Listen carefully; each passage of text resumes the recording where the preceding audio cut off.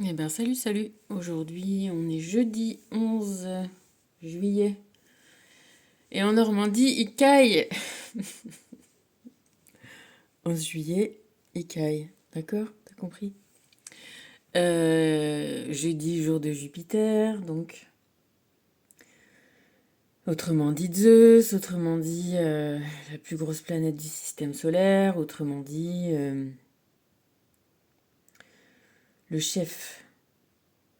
Le chef guerrier, l'amoureux invétéré, père de multiples enfants, malheureux manifestement dans son union avec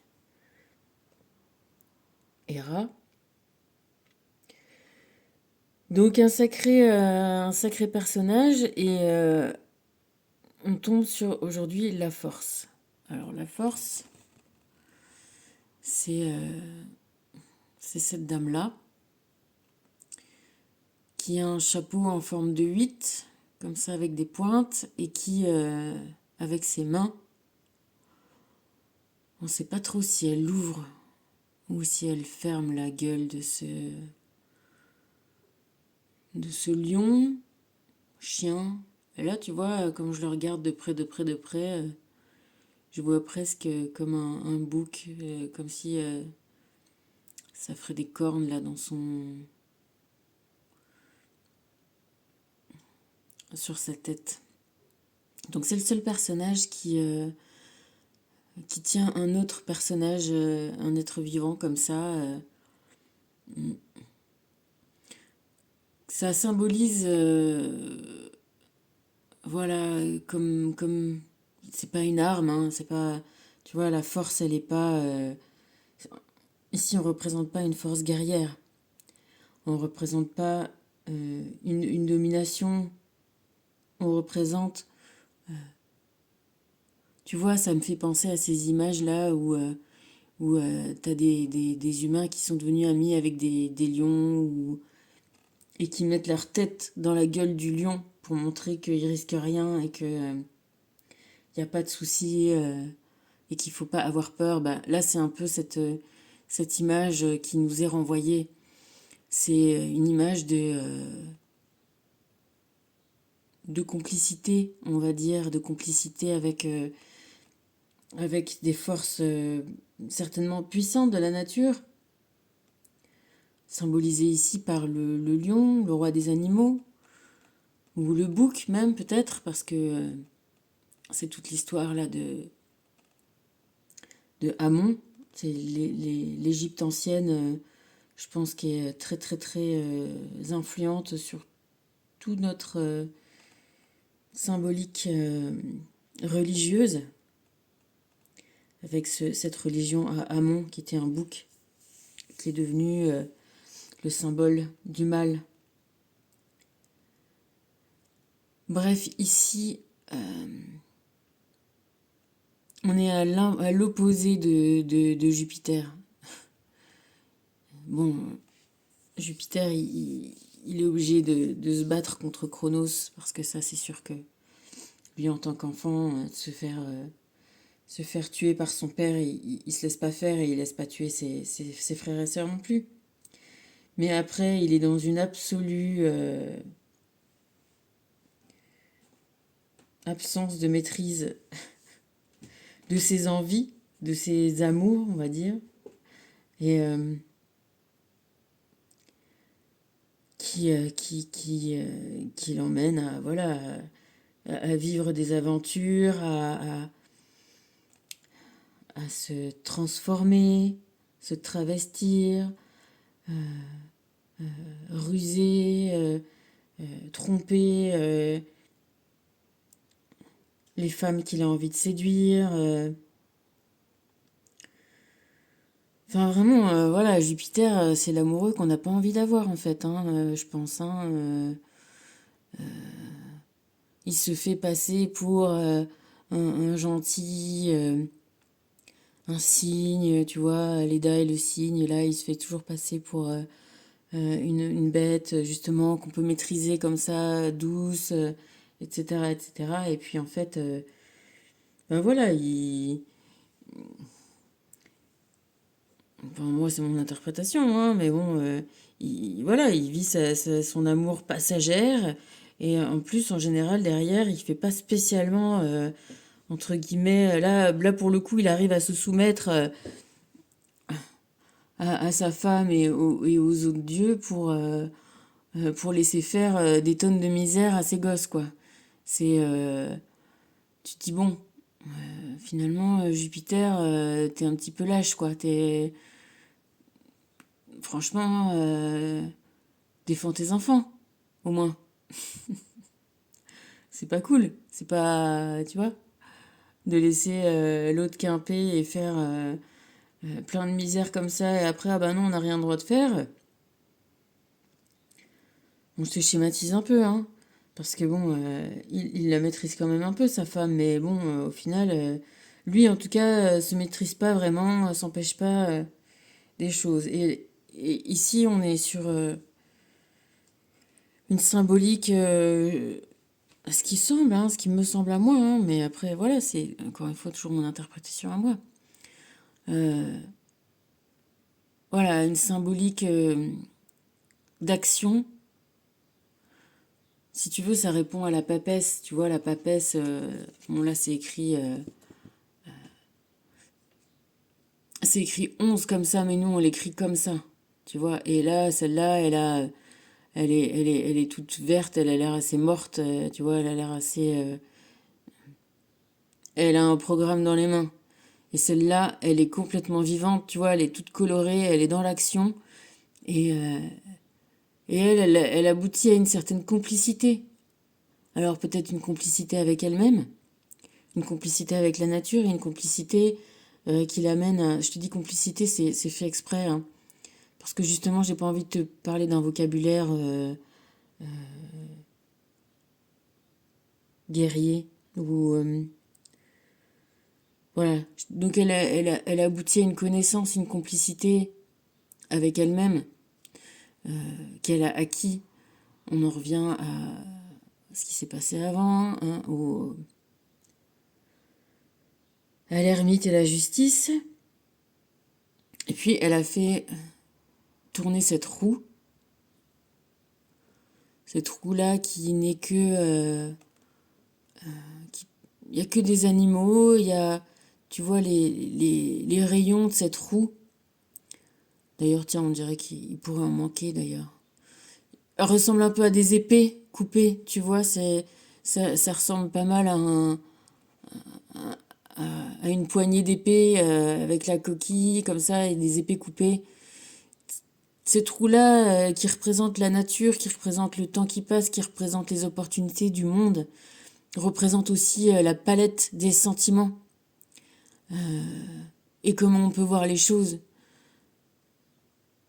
comment on peut en vouloir aux choses, aux événements qui nous arrivent, sous forme de, voilà, un peu de bêtes sauvages qui nous attaquent, d'événements voilà, qui surgissent de nulle part et qui ont l'air d'être complètement, voilà, oui, sortis de nulle part, injustes, tu vois, on a l'impression d'avoir rien mérité, par, par, parfois.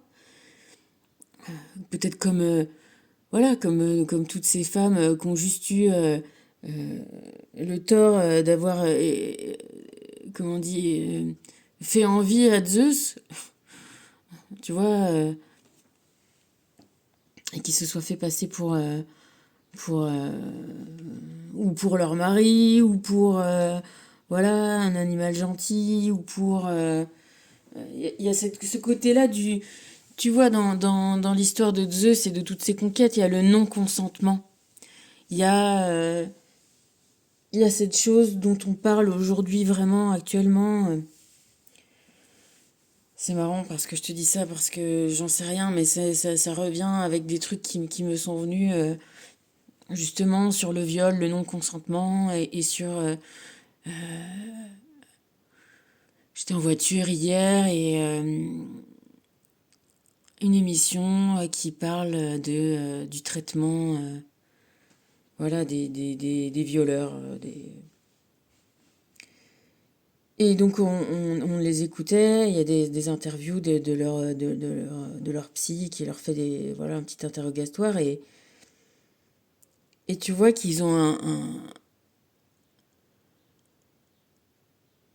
ils sont tellement dans leur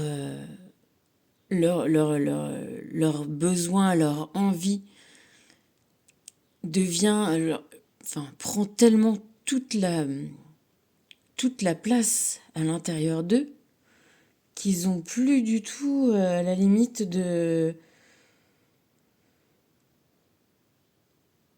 voilà, de notion de l'autre. C'est tellement eux, c'est tellement impérieux à l'intérieur d'eux que l'autre devient qu'un moyen de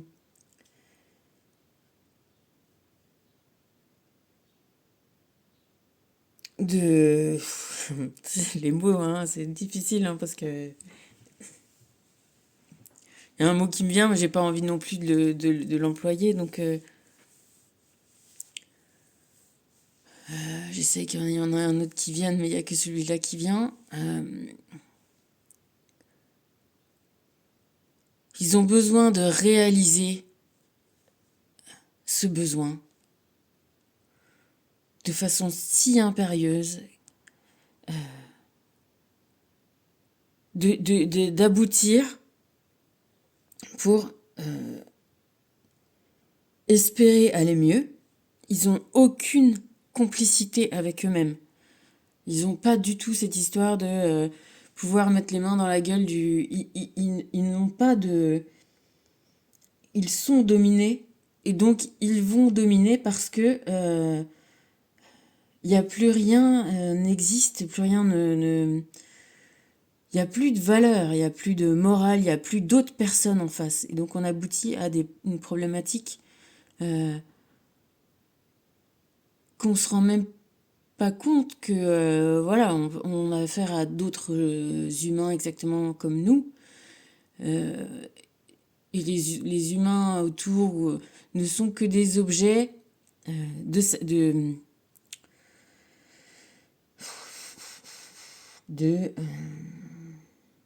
c'est même pas une satisfaction. Tu vois, de ce que j'en ai compris, bah après j'arrivais là où j'allais, donc quand je suis revenue dans ma voiture, c'était sur la fin, donc j'ai eu le milieu coupé de l'histoire. Mais de ce que j'en avais l'impression, c'était qu'il y avait même pas de... C'était une façon d'aller moins mal, voilà. Pas d'aller mieux. C'est pas vraiment de notion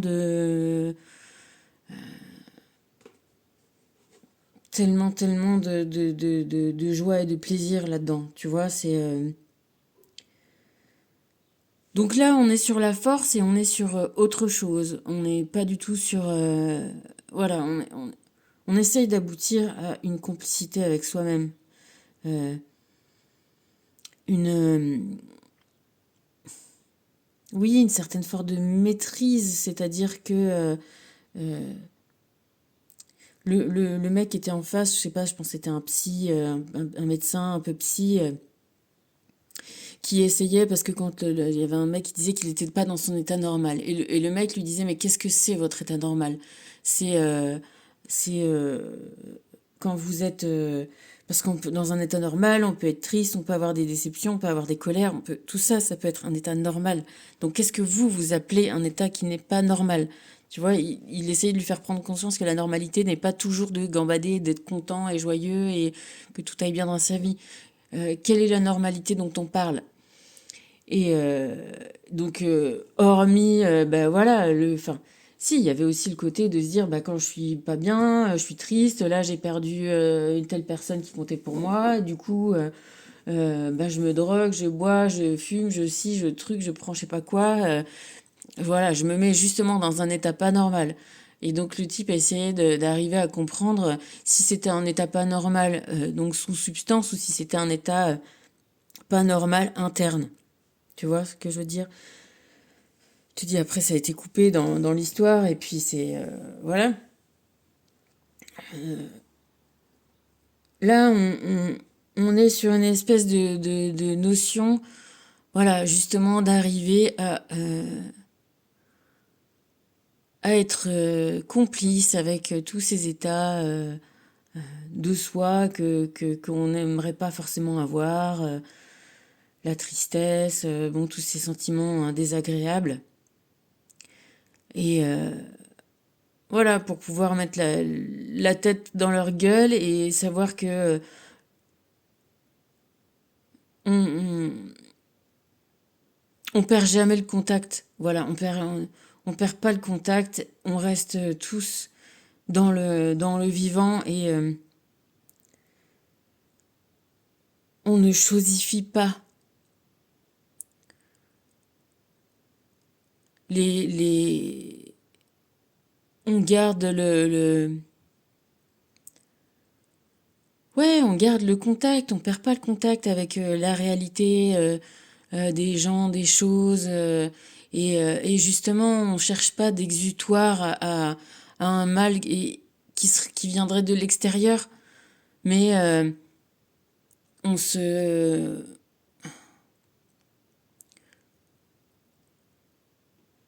on se fait complice de soi-même, on se canalise, on se comprend, on recherche, voilà, on fait tout ce travail que ces mecs-là, donc, qui étaient interviewés, n'ont pas fait en amont et qui sont amenés à faire. Et c'est tant mieux. Il faut soigner ces gens pour, pour que, ils soient plus dangereux pour les autres et puis pour eux, voilà, qui arrivent à faire cette chose-là, de devenir complices avec eux-mêmes, de comprendre leurs états, d'où ils viennent, comment ils peuvent les gérer et pas se laisser euh, voilà, dominer. Et je te fais un parallèle aussi. Là, je sais pas pourquoi ça m'est revenu d'écouter des trucs de Carl Zero et maintenant il est aussi sur ça, Carl Zero, sur voilà, la dénonciation de tout ce qui est voilà, problématique d'abus sexuels et et c'est marrant, enfin c'est marrant, non, c'est pas marrant du tout, mais voilà, il expliquait que justement, lui, il est passé d'animateur vedette de Canal+ à rien parce que, voilà, il a entendu une histoire comme ça de réseau qui mettait en cause beaucoup de gens haut placés, très haut placés, et qu'il a choisi de ne pas fermer sa gueule comme ce que fait tout le monde d'habitude pour garder sa place. Et du coup, il a balancé ça. Et si tu veux, tu vois, les gens qui ne croient pas aux réseaux, aux théories où on peut être très très haut placé, bah justement, tu vois, Zeus et Jupiter, là, ils nous montrent que bien sûr qu'on peut être très très haut placé, au-delà de tout soupçon, et être complètement un pervers, et être ultra néfaste et toxique. Bon, on reparle de l'affaire du trou, mais bon. Euh, et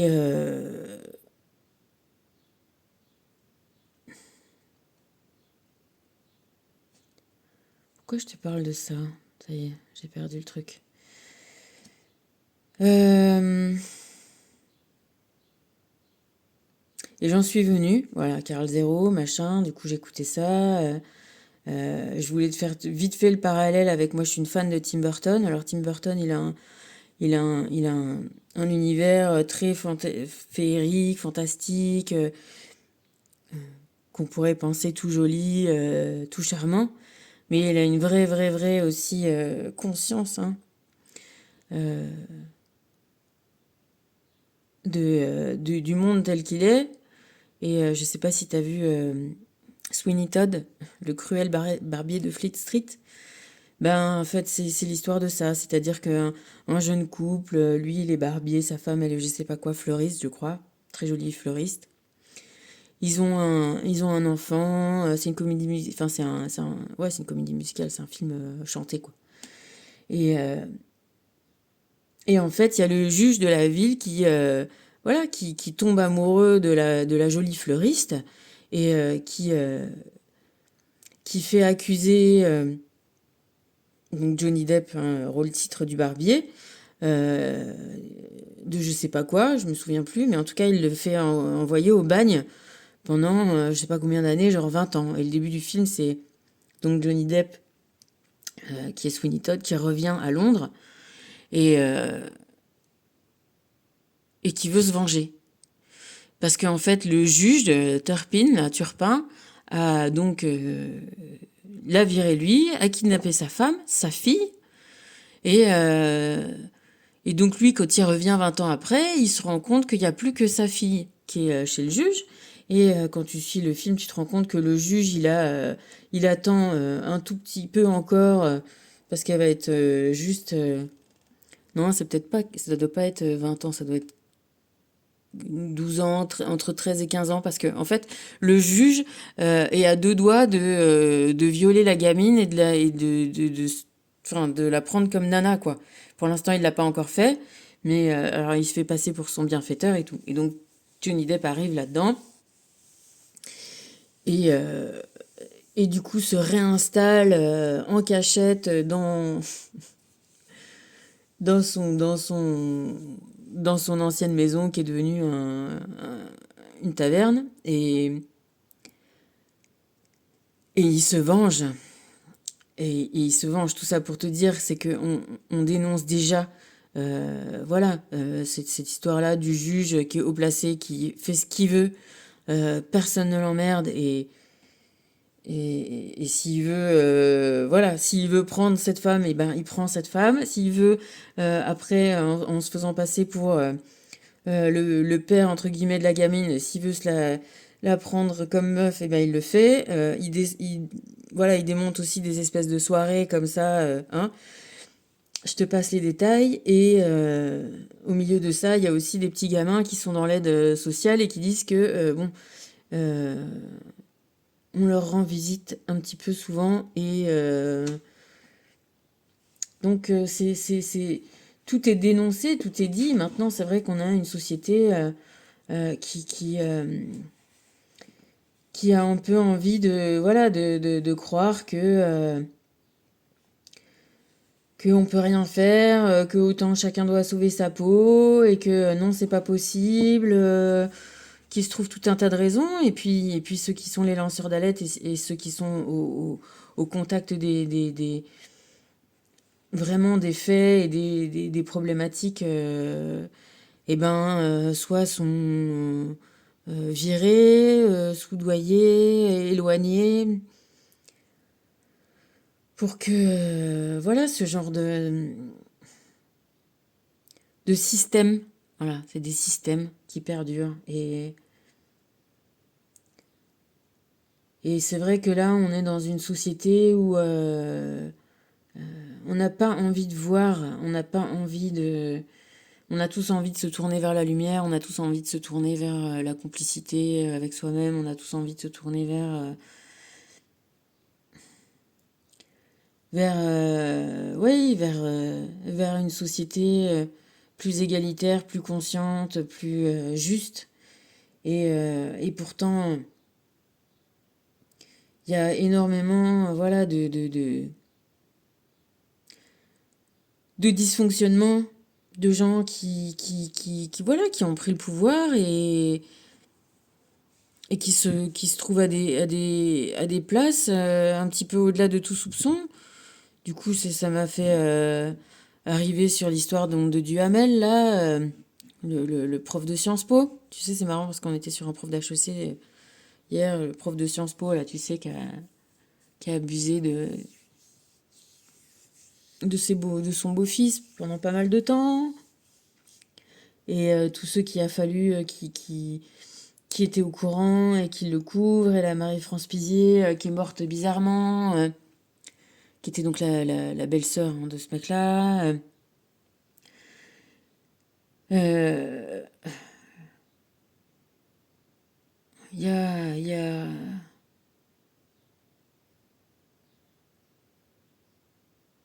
il y a beaucoup de problématiques. Et c'est vrai que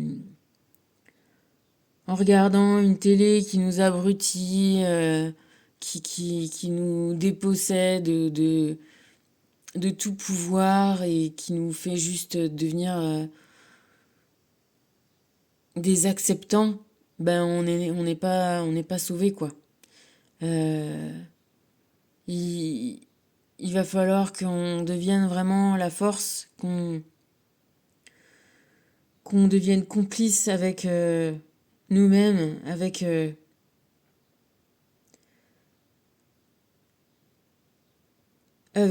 voilà toutes les problématiques qui existent vraiment, et puis qu'on les prenne vraiment voilà à bras le corps quoi, qu'on qu'on arrive à soigner ces gens-là, qu'on arrive à briser les cycles, qu'on arrive à, à plus reproduire, mais pour plus reproduire, il faut vraiment regarder les choses en face.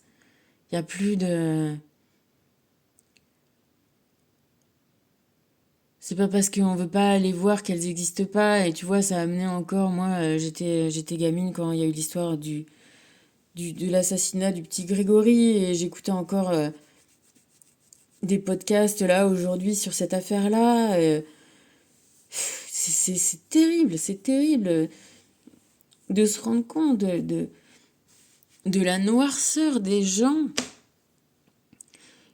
Mais tu sais, quand je te parle de spirale infernale et tout, mais on est vraiment dans ça, des gens qui ne pensent qu'à faire du mal, qu'à la vie des autres et pas à leur vie à eux. Euh, je sais pas comment on peut être comme ça dans tant de haine, tant de jalousie, tu sais, d'être dans ce noir. C'est comme le noir de Soulage, c'est de l'outre noir, là, c'est vraiment...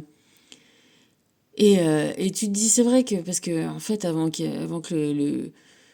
le petit soit kidnappé et donc, voilà, tué comme ça, c'est vrai qu'il y en a quand ils pensent, c'est que le mec était juste à côté, il était déjà là, il rôdait autour de la maison, il attendait son heure, il avait prévenu, mais ça a duré des années, des années et des années. Et tu te dis, c'est dans ces conditions-là, mais comment ça se fait que la mère, elle a laissé son petit?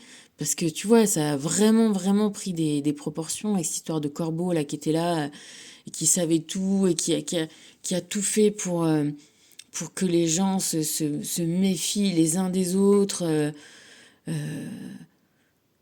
On se demande, tu vois, le père de Grégory, Jean-Marie Villemain, il a tué celui qui croyait être le, l'assassin de son enfant. Il l'a tué devant chez lui et tout, mais tu te dis, quand t'écoutes juste comme ça l'histoire, tu te dis, mais qu'est-ce qu'il faisait? Enfin, tu vois, il avait le sang chaud. Mais non, mais quand tu vois comment ils ont été chauffés à blanc avec toutes ces histoires de corbeaux, de lettres de dénonciation, de menaces, de mort, de jalousie, de... En plus, c'est tellement proche de toi, ça se trouve, c'est ton... Tu vois, vraiment, toujours les mêmes histoires de gens que tu soupçonnes pas. Et, euh, et voilà, et j'avais vu d'autres histoires de corbeaux, parce que justement, c'était une explication pourquoi ça s'appelait être un corbeau. Et il y en avait une, c'était sa collègue de travail qui était dans le même bureau, avec qui elle allait manger tous les jours, tu vois, qui faisait des lettres, mais des lettres et des trucs, mais, euh, mais de haine. Donc le père, tu vois, lui, il s'est pas maîtrisé, en plus, et voilà, entre les journalistes, les gendarmes, les erreurs de procédure, les juges, enfin, tout le monde fait de la, voilà, prend les choses un petit peu comme ça, tu sais, en s'en, pas en s'en foutant, mais voilà, avec des négligences telles que on aboutit drame sur drame sur drame, et là on est dans le bon exemple de la spirale descendante, et voilà, et il faut pas non plus croire que ça n'existe pas. il faut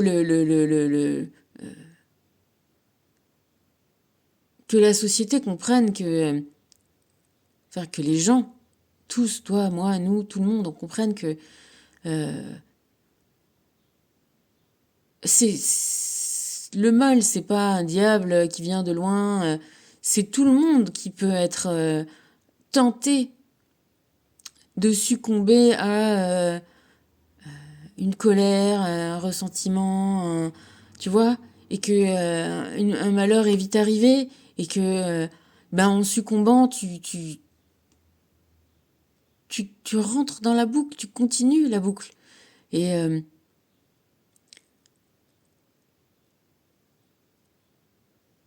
faut pas croire que c'est que des gens isolés. C'est que c'est tout ça, c'est des systèmes qui sont entretenus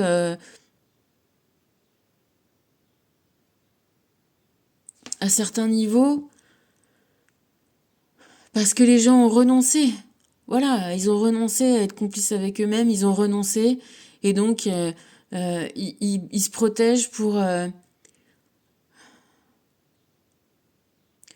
continuer à succomber. C'est Epstein, c'est tous ces histoires de scandales, tous ces... Alors est-ce que... c'est pas en masquant les choses, c'est pas en disant ah non, tout va très bien dans ma vie. Tu vois, je te parle souvent d'instinct. Mais quand je te parle d'instinct, il faut pas confondre d'instinct et d'intuition avec pensée magique. Je devais te faire un rapide distinguo entre les deux. Match de foot là qui arrive. Donc on a vu les Espagnols là jouer contre les Allemands. J'ai des copines, elles ont vécu en Allemagne et tout ça, donc elles sont pour les Allemands. Moi, je suis plutôt pour Ibiza, donc j'ai dit vas-y. Ouais, j'aime pas. En plus, les Allemands, je trouve que c'est des brutes en foot. Depuis que j'étais petite, c'était déjà des brutes et j'aime pas. J'aime pas le jeu des Allemands. C'est pas que j'aime pas les Allemands en vrai. Je dis voilà, j'aime pas le jeu de foot des Allemands. Ça, c'est pas voilà. Donc moi je défends Ibiza et on les voit, le match, ça joue, ça joue, ça joue. Putain, et je me dis ah, ça, on va être dans la merde. Quand ils vont gagner, ça va être la merde contre nous. Je dis bon, enfin tu vois, je me dis bon, si on a Griezmann, c'est ouais, un instant de se dire là, nous, oh, ça va pas le faire. Ça va pas le faire contre nous. C'est pas nous que. Mais ma pensée magique, elle dit bah oui, allez les Bleus. Moi j'ai envie que la France elle gagne. Donc je vais dire que la France elle gagne. Tu vois la différence entre le truc que je décide pas, qui se dit ah là ça va pas être bon pour nous, et la pensée magique qui dit ah mais si bien sûr qu'on va gagner, c'est nous qu'on va gagner la Coupe d'Europe. Elle est là la différence. Voilà, donc on peut pas dire ah ben non, ah ben il est gentil le chien. Et puis là tu le connais pas et en fait comme ça m'est arrivé, bah je l'ai pas vu hein. Enfin, et il te bouffe. Voilà. Il y a une nature qui a de ses forces, il faut l'apprendre à la connaître, il faut apprendre à la respecter dans le sens où oui, elle existe et oui, ça peut être violent et tu vois, si tu veux, tu peux avoir, comme ce que je vois là, tu peux avoir des chiens qui vont aller bouffer la nana enceinte, là, comme il y a eu, et puis tu vas avoir des petits labradors qui vont élever, comme j'ai vu des reportages aussi, là, qui vont devenir des éleveurs de tigres, de lions, et de toutes ces, tu vois, et qui vont devenir complices avec tout un tas d'autres animaux qui seraient ultra dangereux dans la nature. Voilà, il y a une complicité qui peut se faire par une acceptation de la nature de toutes les choses, une compréhension. Et c'est pas juste en disant ah mais non ça n'existe pas que qu'on va s'en sortir. Donc la maîtrise, la force là, elle te parle de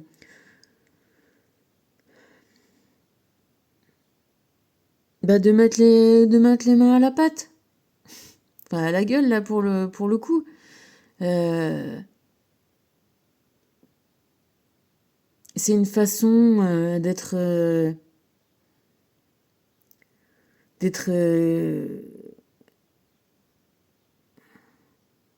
guerrier, mais pas juste le guerrier comme on voudrait nous faire croire, bête et méchant, comme il y aurait les bons et les méchants. Il n'y a pas les bons et les méchants, et parce que nous, on veut tous être les bons. Il y a des sentiments mélangés dans chacun, et la force, c'est d'apprendre à maîtriser tous ces sentiments-là et de favoriser ceux qui sont dans le respect de l'autre, le respect de soi-même, voilà, le respect. Euh,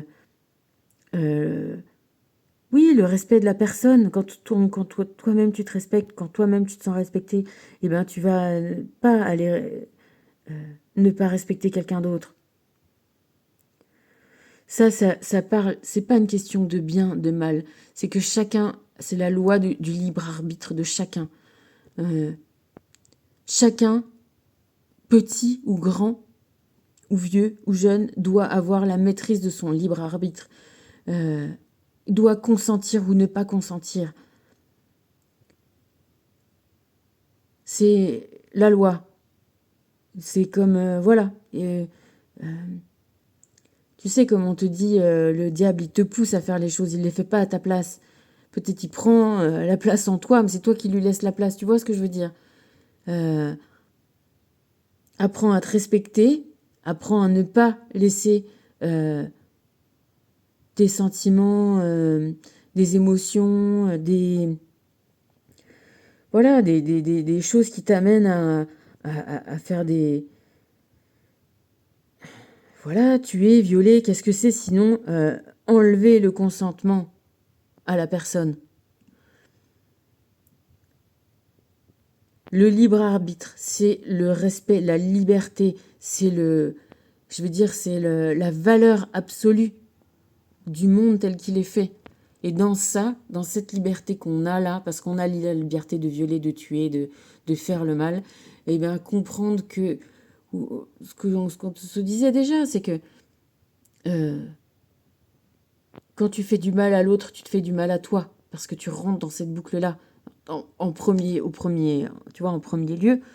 Et en deuxième lieu, c'est parce que plus tu vas, je sais pas, tu t'imagines la différence entre nager dans du pétrole et nager dans je sais pas, une petite rivière jolie ou un petit lac sympa. Tu vois la différence? Tu respires mieux, t'avances bien, t'as des animaux, tu vois, t'as des copains, des coquillages, des machins. Nager dans du pétrole, c'est lourd, tu respires pas, tu vas crever là-dedans. Voilà. C'est ça la grosse différence. Donc, voilà, jamais fermer les yeux et toujours se rendre compte que chacun mérite la liberté, a droit à ça, et qu'il n'y a surtout pas de gens qui doivent être au-dessus de tout soupçon. Voilà. Ni les policiers, ni les juges, ni les, ni les profs, ni les... Voilà, on n'oublie pas, on est tous des hommes, ni même le pape, hein, ni même les curés, tu vois bien, je veux dire... ni les médecins, ni les... On n'est pas infaillible et il n'y a personne qui est au-dessus de ça. Et nous, on se doit d'être tous collectivement conscients de ça. Alors pas forcément dans le côté condamnons, comme si c'était que des gens isolés. Oui, il y a des gens isolés qui font des choses, mais il faut voir plus haut que ça. Il faut voir tout le système qui permet ça, qui favorise ça et qui se défend en finalement laissant la dernière maille de la chaîne être le fusible. Comme toutes les histoires de Zeus et d'Héra et de tout ce qui arrive à tous leurs gosses et toutes les misères et toutes les malédictions. C'est le système. qui va pas. Et nous, on doit être fort dans ça. On doit le regarder, on doit l'appréhender, on doit vouloir le traiter et non pas l'éliminer. Genre, on élimine du trou, alors on élimine tout le problème qu'il y a derrière. Pas du tout. Et dans ça, il y a une morale parce que ça revient à... Bah, regarde-le, Sweeney Todd. Je peux pas te spoiler parce que c'est chiant, mais bon, après, on peut pas tous regarder tous les mêmes films, mais... Non, je peux pas te dire.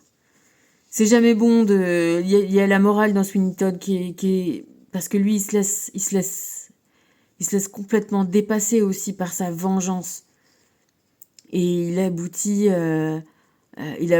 au résultat qu'il voulait surtout pas. C'est l'inverse, tu vois. Moi, je te pose Kill Bill et Sweeney Todd, tu vois. Entre une qui est guerrière et qui finit en pas guerrière et l'autre qui est pas du tout guerrier, qui est tranquille dans son bonheur et qui on lui fait tellement de misère qu'à la fin il part dans une vengeance et qui le dépasse et je peux pas te dire la fin parce qu'elle est... Non, je peux pas. Là des trucs qu'on peut pas spoiler, on peut pas. Libre arbitre. Mais voilà, mais c'est pour te dire que la morale elle est que non, on se laisse pas aller à la vengeance pure et dure, on se laisse pas aller à l'élimination des gens comme si on éliminait, regarde les idéologies. On n'a pas éliminé le nazisme avec, tu vois, avec les purges qui a pu arriver après à la libération. Ça existe toujours, ça continue. Les haines, et elles ne demandent pas à être rejetées en bloc. C'est ce qui se passe aussi avec on dit oui, c'est des fachos, c'est des machins. Non, il faut essayer de se comprendre les uns les autres. Il faut essayer de voir où il y a des manques, où il y a des peurs et où aussi, bon, je vais pas te faire de la politique, mais à haut niveau, il y a des choses qui sont pas normales, qui sont faites. Et du coup, c'est une façon de se renvoyer dos à dos et puis à faire ces magouilles, ces pillages, genre, ah bah nous on est l'État, mais ouais, mais bon. Donc voilà, il y a énormément de choses dans cette force-là, et la force, elle n'est pas la violence, elle n'est pas la supériorité matérielle, financière, physique. Euh, voilà, la force,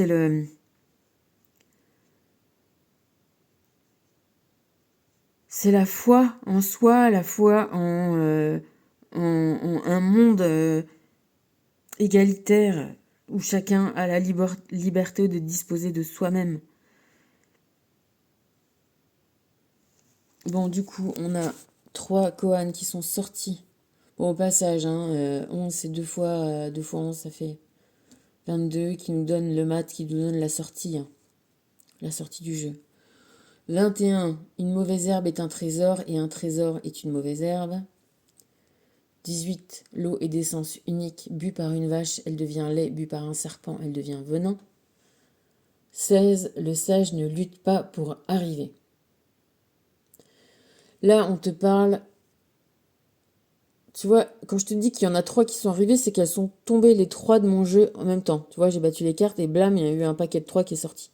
Du coup, bah, il y en a 3. C'est pas je bats, il y en a une qui tombe, encore je bats. Non, il y en a 3 qui viennent d'un coup.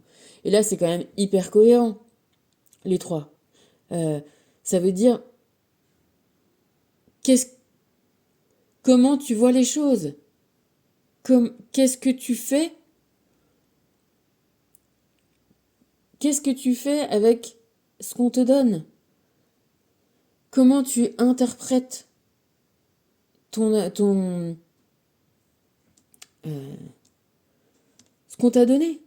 Alors, on t'a pu te filer des tonnes et des tonnes de galères, comme le gamin, là, qui a fini par devenir pâtissier, comment on dit, meilleur pâtissier du monde. Ou la pire des racailles, avec avec toute ton intelligence, toutes tes capacités, tout ce qu'on t'a donné, qu'est-ce que tu fais?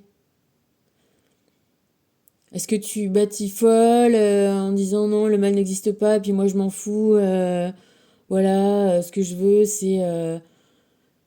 tu vois, c'est ce qui... Bon, dans toutes ces histoires-là, Carl Zero, là, des histoires de pédophilie, de trafic, de sexe, de... Et t'as les... Il disait que t'as des gamines qui deviennent de plus en plus jeunes, euh, qui se prostituent pour faire un peu d'argent, pour s'acheter le sac Gucci qu'elles veulent. Et tu vois, je me disais, mais c'est des personnes qui n'ont pas conscience de la valeur qu'elles sont et du coup ont besoin de se dévaloriser encore plus pour avoir des choses, pour se prouver à elles-mêmes qu'elles ont de la valeur. Tu vois le cercle vicieux qu'on te fait faire, au lieu de te faire prendre conscience de ta valeur à toi directement, d'avoir besoin de se dévaloriser pour obtenir quelque chose dans la matière, mais qui va pas te valoriser. Parce que la valeur, l'amour qu'on a de soi-même, c'est pas... voilà, on en revient au meilleur pâtissier du monde, là. Euh, il n'est pas plus heureux avec huit boutiques dans le monde et un bel appartement, et c'est pas pour ça que quand il rentre, il se sent pas tout seul et pas bien.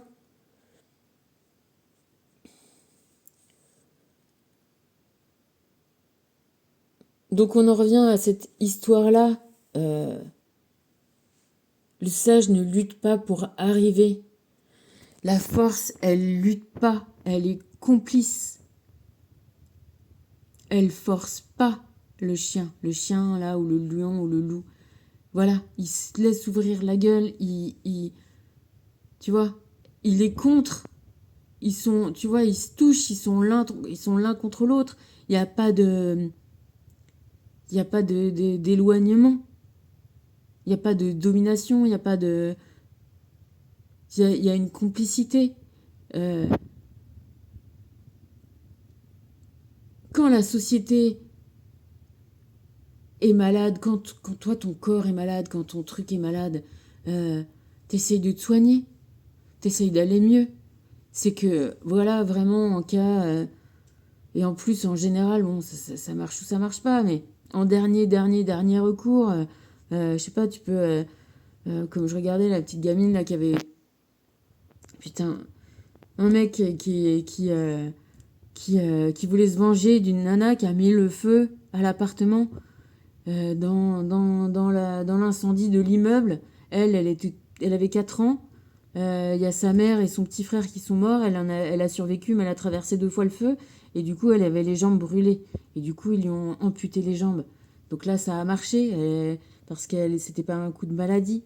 Donc elle était amputée, elle était en fauteuil roulant et elle expliquait comment, après avoir été rejetée par son père et parce que lui, il avait refait sa vie, et qui pouvait pas supporter, voilà, que elle était le souvenir d'une autre vie, ça plaisait pas à sa nouvelle femme, donc voilà, manquait d'amour, manquait de tout, et puis au final, elle a réussi quand même à se construire et à devenir athlète paralympique de basket. Tu te dis, mais il y a des gens, comment ils font pour supporter tout ce qu'ils ont supporté et puis arriver à retourner les situations et vivre une vie bien, ben c'est parce qu'on est là pour ça. On est là pour justement nager dans une eau claire où il y aura des petits poissons et de la vie et des jolies plantes et tout ça, et à pas nager, essayer de nager dans du pétrole qui va t'engloutir. On est vivant, hein, jusqu'à la fin. On doit apprendre à s'aimer soi-même, à se comprendre soi-même, à se maîtriser soi-même, à, et à inciter euh, tous les autres à faire d'eux-mêmes, de se valoriser, de sentir tout ce qu'ils ont comme capacité, comme possibilité, comme puissance, tout ce que la Terre offre. Et c'est ça la sagesse. C'est de transformer. Voilà. Qu'est-ce que tu fais de ton eau? Qu'est-ce que tu fais de ton énergie? Qu'est-ce que tu fais?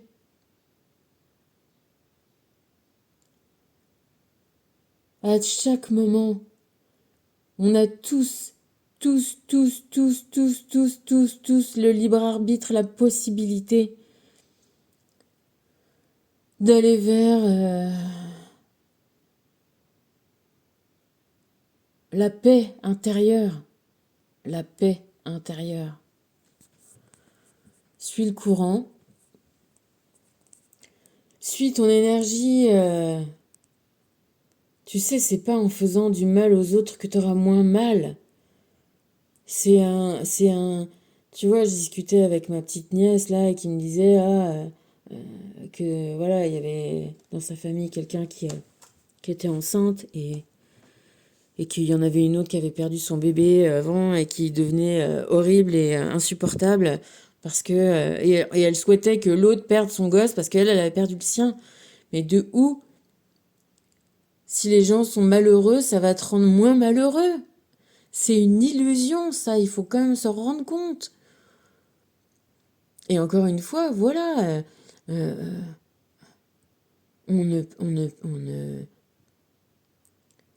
ne prend le consentement de personne. Je revenais sur Jupiter, là. Bref. Suis le courant de la vie, elle crée, elle embellit, elle nourrit, elle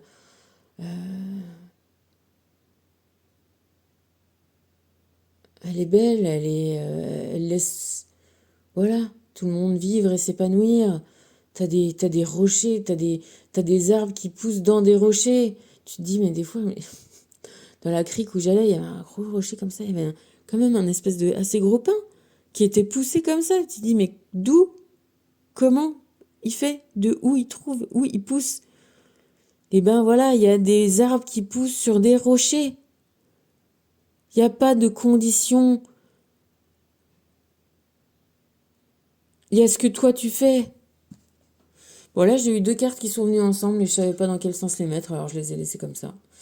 Lâche prise et amuse-toi et réévalue. Peut-être réévalue ce qu'on t'a donné. Réévalue dans ce qu'on t'a donné quelles sont les capacités. C'est comme, tu vois, j'écoutais donc sur l'histoire du petit Grégory là et du corbeau, mais tu te rends compte, il y a un mec qui disait, mais comment c'est possible que autant de, finalement, d'intelligence, de stratégie, de mis à faire le mal comme ça, à faire mal aux gens, à les rendre dingues, c'est quand même dommage, quoi. Et c'est ce que je te dis, dans les gens qui font des arnaques, des machins, il y a des tas de qualités aussi, tu vois. Bon, il faut réévaluer ce qu'on a dans les mains. Et puis voilà, avoir envie de s'amuser, envie de...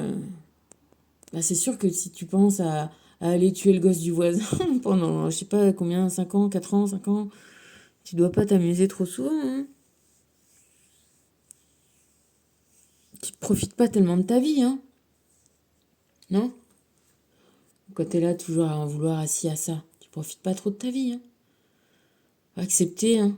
Accepter, et voilà, faire en fonction. Et savoir, voilà, c'est le choix pot d'Harry Potter. Où est-ce que tu vas aller? Qu'est-ce que tu veux faire? Voilà, dans quelle vie tu veux vivre? Vis en accord avec ton âme et non borné à un rôle. Voilà.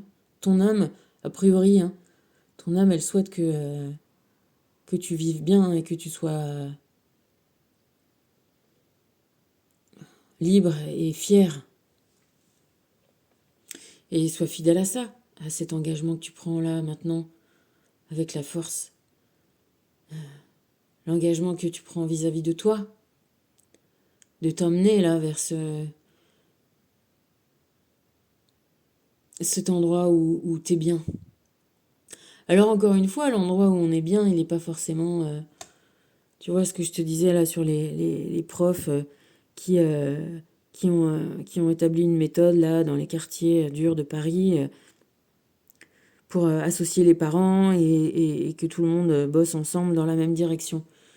Et il y avait une des profs qui disait, mais parce qu'ils faisaient du coup une réunion dans une salle de spectacle, enfin pour dire... voilà, que sont-ils devenus? Enfin, tu vois, c'était un moment sympa. Et une des profs qui disait, mais les gens nous disent toujours, ah, mais ça vous fait pas trop de travail et tout ça. En plus, ils croient que c'est plus difficile. Mais elle me dit, mais non, mais c'est beaucoup plus satisfaisant de faire quelque chose. On passe tout notre temps, notre travail, qui au final nous donne des réussites à nous, parce que la réussite des uns, c'est la réussite de tout le monde, c'est la réussite de la chaîne. Quand ton enfant il va bien et qu'il a des bons résultats à l'école ou que tu vois qu'il est content de vivre, c'est tous les gens qui ont côtoyé, tu vois, c'est tout le système aussi qui va bien. C'est chacun qui met sa pierre à l'édifice. Et donc là, la prof, elle disait, mais oui, mais bien sûr que non, ça ne fait pas plus de travail. Tu vois, c'est toute la satisfaction d'avoir fait des bons moments, qui font des beaux moments, qui font des beaux moments. C'est toujours cette histoire de spirale dans laquelle on met le pied ou la main. Et là, on te dit d'y mettre les mains. Dans celle qui va vers voilà, la complicité, le libre arbitre, quand tu vois un dressage des chevaux ou ces mecs-là, où, tu vois, où ils sont à côté comme ça les uns des autres et qui jouent ensemble, et c'est plus le dressage comme ça à la dure, mais où c'est une complicité, où tout le monde s'amuse. C'est Roxy Rookie. Je vais revenir à mes histoires de gamins. Métatron te parle de cuisine, avenir, projet et objectifs. Ah ben moi, ma cuisine, c'est pas encore fini. Cet endroit représente tes projets et la vision que tu as de l'avenir. La cuisine est la pièce de la maison où se rassemble la famille et les amis. C'est souvent là que l'on planifie et développe nos objectifs. Es-tu de ceux qui désirent démarrer un projet ou aimes-tu mieux aider une autre personne à réaliser ses rêves? Voilà, un collectif.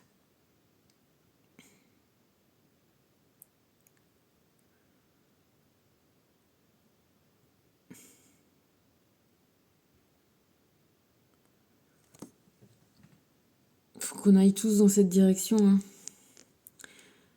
Ça, c'est qui? Ça, c'est... Ouais, Michael. 8e chakra, le chakra maître du cœur, est situé au-dessus de ton chakra du cœur et est la principale porte de l'énergie spirituelle qui coule en toi. Sois prêt à ce que ton 8e chakra parvienne à activer tes cellules, ton ADN et tout ton système immunitaire. On ne voit bien qu'avec le cœur, l'essentiel est invisible pour les yeux et on a tous ce même cœur.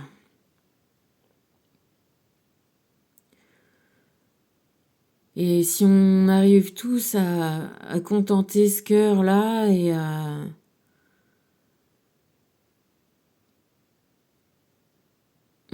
voir tout le beau qu'on a, eh bien, il y aura peut-être moins besoin d'aller voilà,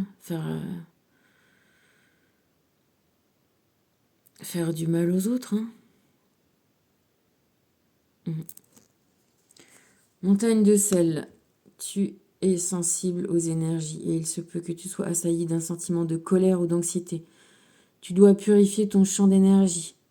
Le sel de mer est un puissant protecteur contre les mauvaises énergies. Médite dans un cercle de sel en récitant une prière.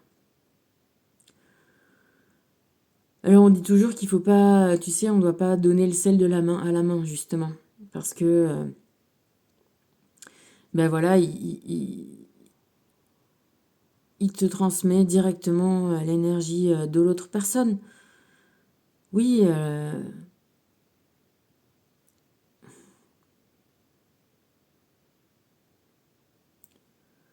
faire partir à la terre, tu sais, quand on dit le courant, décharger ses mauvaises énergies, ses colères, ses doutes, ses tristesses, les,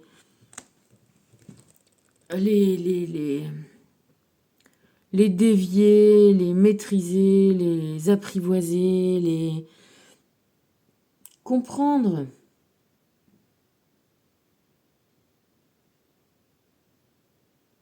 Les calmer.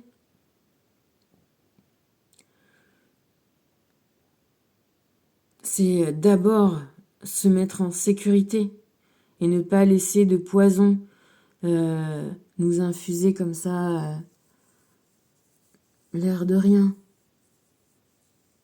Parce que ce corbeau là, qui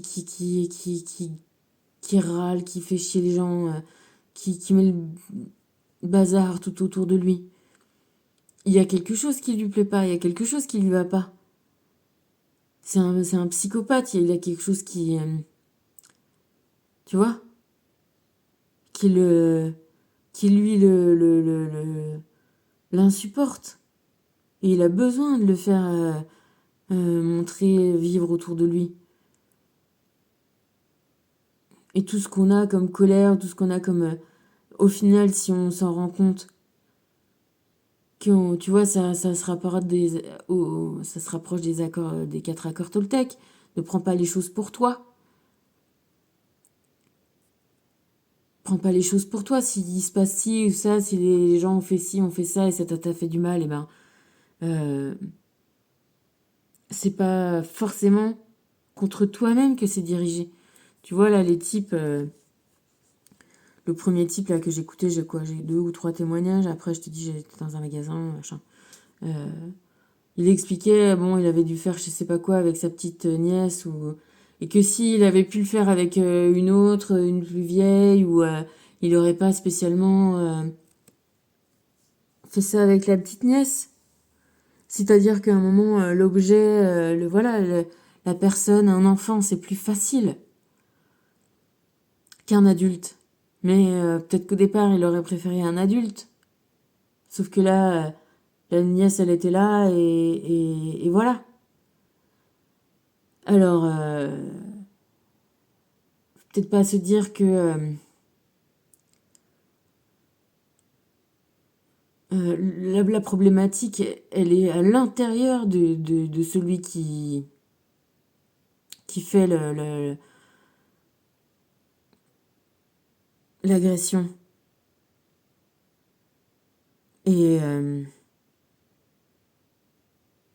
faire attention que voilà, celui qui est agressé ne devienne pas lui non plus, soit euh, n'arrive plus jamais à s'aimer et ne fasse que se détruire. Mais renverser le chemin, la vapeur, renverser vers l'amour de soi-même, parce que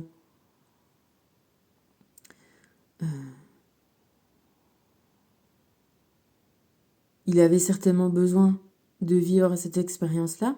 On parle du karma. Et d'autre part, ça n'était pas dirigé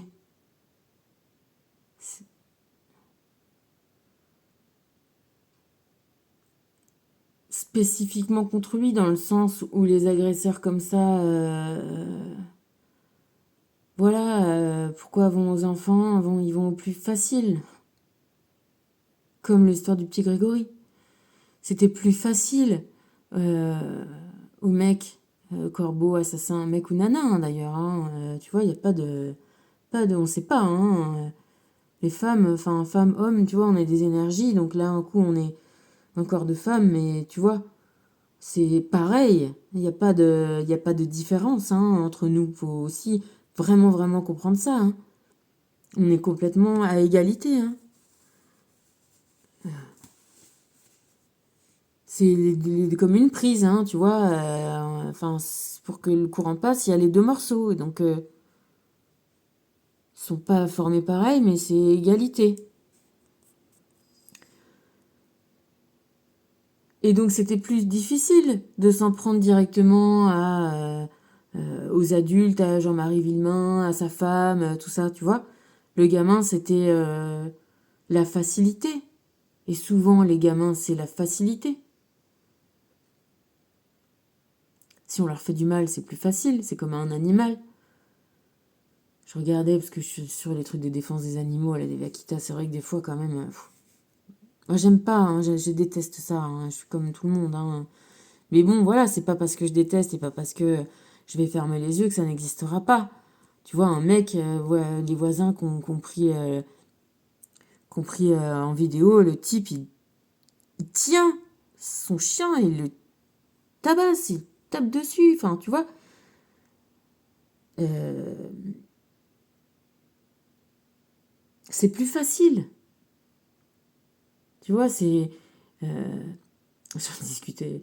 Joséphine, donc elle m'avait fait voir une vidéo, des petites séries Netflix, là, des gamines dans un collège.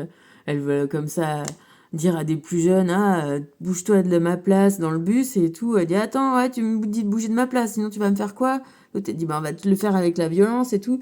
Elle dit, ouais, mais moi, ma sœur, c'est une telle. Et donc, évidemment, sa sœur, c'est la baraque de l'école.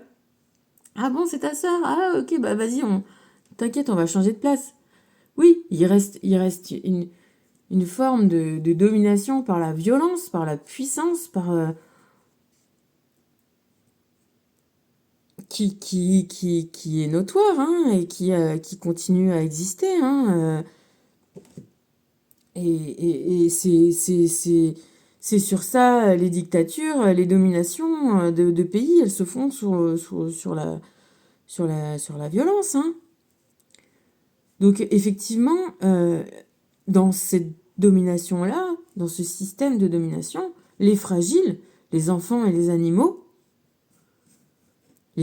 qui peuvent pas se défendre, hein, mais qui c'est qui peut se défendre contre un fusil?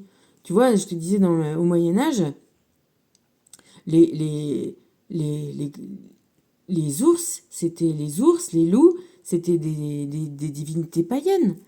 Euh, et en plus, un ours, c'est pas spécialement violent, par contre, il faut pas le faire chier.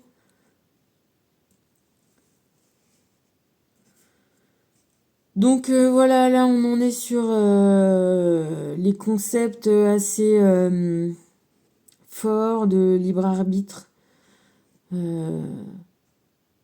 versus domination. Et on est tous là collectivement pour regarder clairement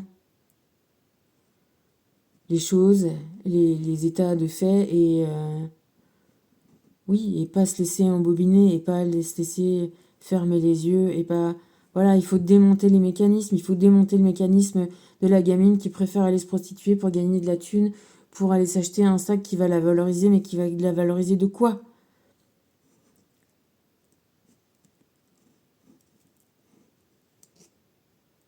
Pour arrêter de faire du mal aux animaux comme ça, qu'on passe à un autre statut. Ça fait voilà des milliers d'années. Putain, faut relire Le Petit Prince. Tu vois, l'impression qu'on fait pareil, qu'on change rien, que regarder la télé et c'est comme aller au, au jeu du Colisée. Les bons, les méchants, ah, on tue les méchants, alors il reste que les bons. Faut arrêter avec des conneries comme ça. Faut arrêter avec comme ceux qui peuvent pas parler, qui peuvent pas se défendre, qu'on les massacre et on les exploite. Faut arrêter. Faut que chacun, tout le monde ne supporte pas, ne supporte plus.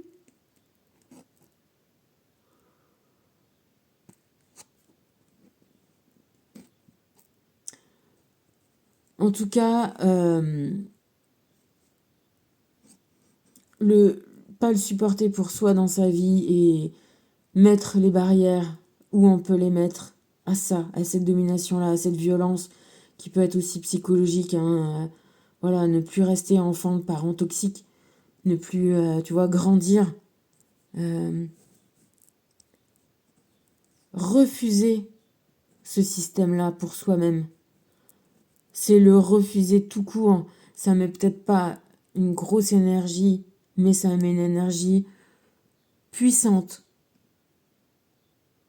quand même. Donc le sage ne lutte pas pour arriver. Le sage